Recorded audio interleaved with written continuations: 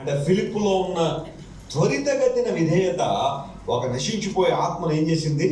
రక్షించింది అనే విషయాన్ని గుర్తించారు. అబ్రహామా ఉన్నావా అంటే ఎస్ లార్డ్.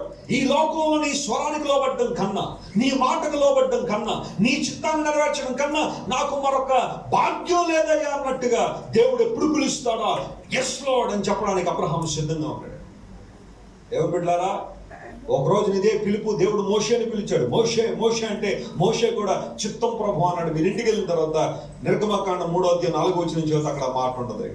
మోషే కూడా దేవునికి చిత్తం ప్రభు అని సంబోధించి దేవుని చిత్తానికి లోపడ్డాడు. సమూయేలు గ్రంథాన్ని మీరు చదివితే జాగ్రత్తగా 1 సమూయేలు గ్రంథం 3వ దేవుడు సమూయేలుని పిలిచాడు. సమూయేలు అంటే సమూయేలు కూడా చిత్తం ప్రభు అన్నాడు. చివరిసారిగా అక్కడ చెప్పిన మాట yes Lord here I am. ఈ ముగ్గురిని పరిశీలన చేస్తే దేవుడు వారితో స్పష్టంగా మాట్లాడడానికి కారణం ఏంటంటే వారు తమ సంసిద్ధతను ఏం చేశారు? వ్యక్తం చేశారు. దేవుని బిడ్డ, నువ్వు ఎంత సంసిద్ధుడిగా ఉంటావో దేవుని స్వరానికి లోపడడానికి దేవుడు అంత గొప్ప బాధ్యత నీ మీద పెడతాడు. Praise the Lord. The more responsibility will be given to you when you are more attentive to God's word.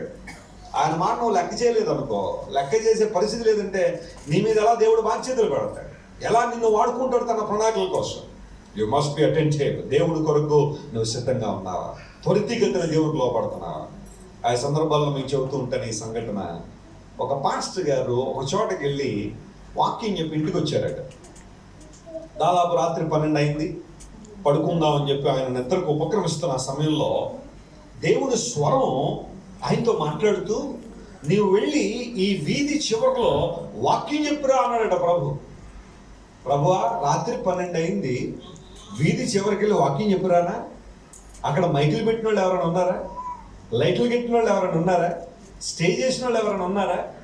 ఎక్కడికి వెళ్ళి చెప్పాలి వాక్యం? నువ్వు వీధి చివరి నిలబడి కాసేపు వాకింగ్